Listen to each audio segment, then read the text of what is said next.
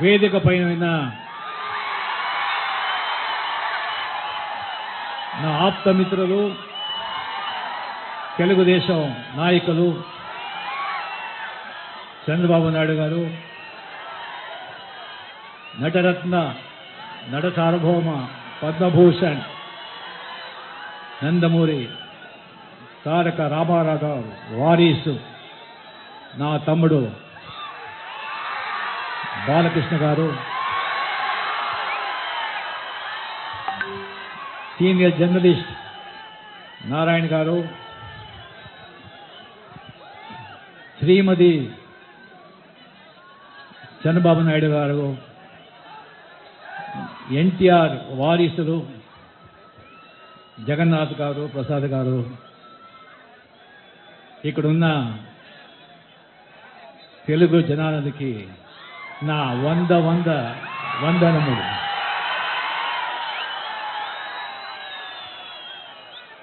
నేను తెలుగు ఇంత పెద్ద ఫంక్షన్లో తెలుగు మాట్లాడి కొద్దిగా చాలా రోజైంది. సో నేను తెలుగు మాట్లాడేటప్పుడు ఏదైనా తప్పైతే నన్ను క్షమించాలి.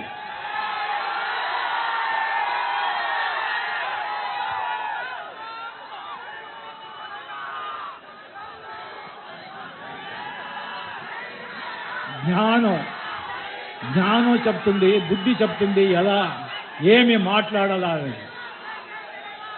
సమర్థత్వం చెప్తుంది ఎలా మాట్లాడాలా అని.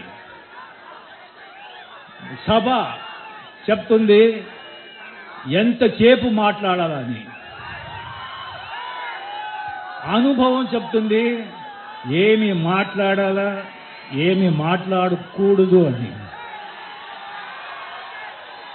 ఇప్పుడు ఈ సభలో ఇక్కడ ఈ సంచలన ఈ ఫ్లాగ్స్ అంతా చూసేటప్పుడు రాజకీయం మాట్లాడాలా అనిపిస్తుంది.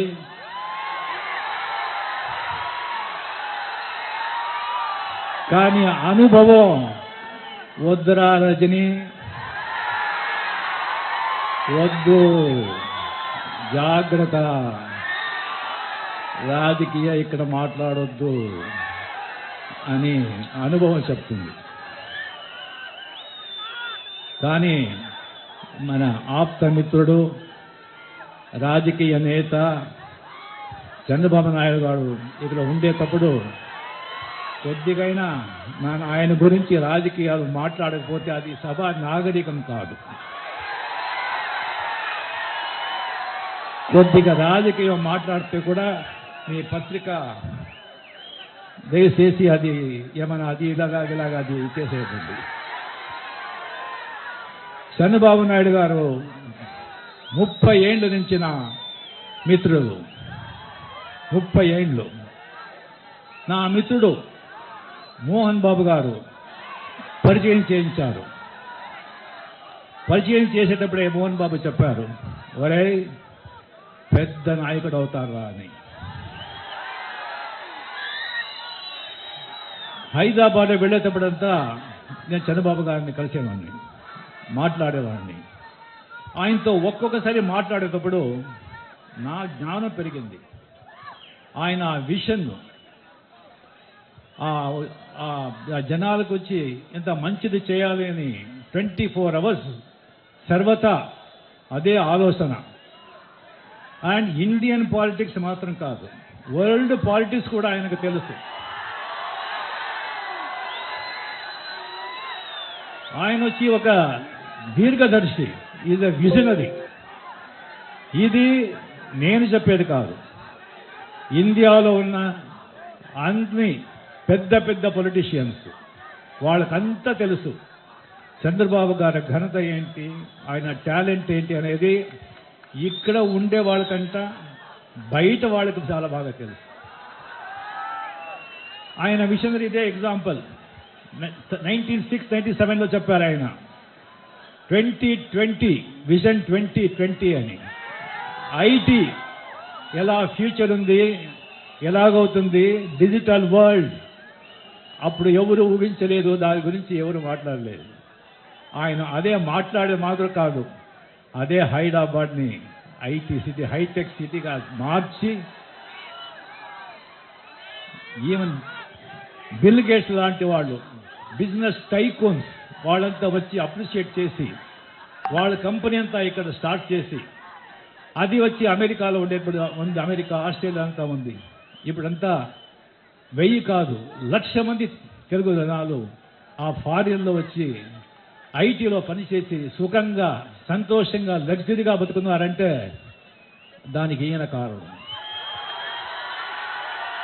ఆ హైదరాబాద్ మొన్న మన జైలర్ షూటింగ్లో చూశాను. జూబ్లీ హిల్స్ బంజారా హిల్స్ ఆ పక్కన వెళ్ళాను. నైట్ 22 ఇయర్స్ తర్వాత ఆ పక్కన వెళ్ళాను.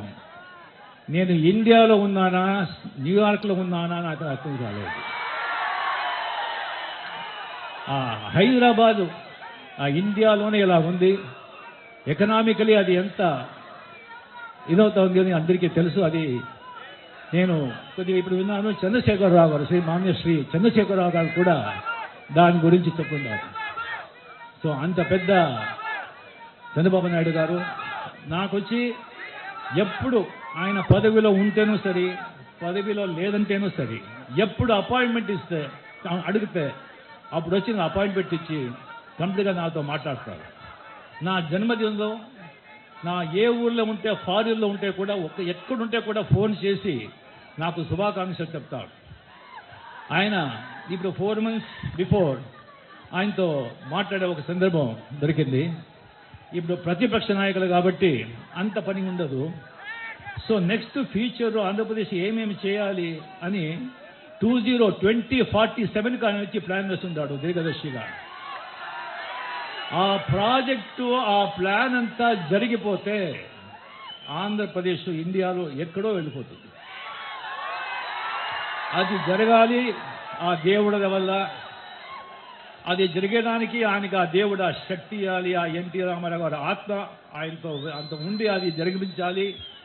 దానికి వచ్చి ఆయన మంచి ఆరోగ్య ఆయుస్సు ఇవ్వాలని ఆయన ఆప్త మిత్రుడుగా ఆ దేవుడిని కోరుకుంటాను. నా మిత్రుడు చూపుతోనే చంపేస్తాను.